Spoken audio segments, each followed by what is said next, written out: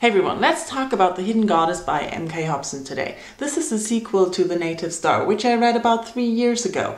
And I just rewatched my review of The Native Star and I was rather surprised because I had the same problems with this book already that I discovered I had with this book. This book took me way too long to read, about 3 weeks, and it's not a big book, it's a fun steampunk read.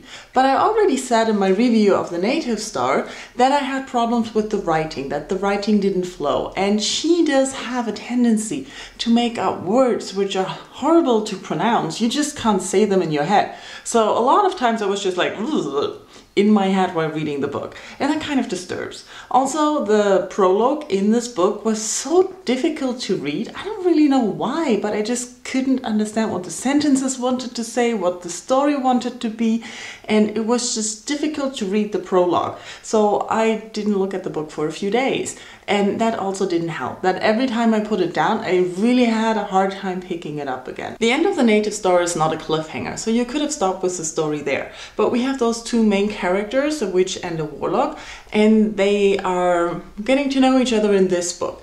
And the most thing I enjoyed about this book was the atmosphere and the scenes between those two.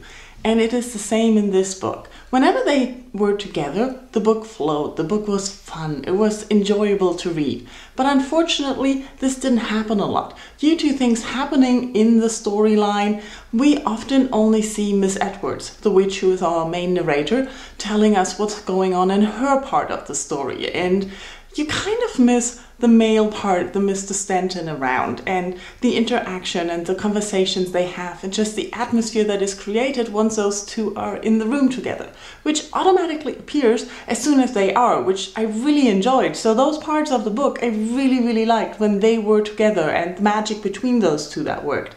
But everything else was just a little bit meh.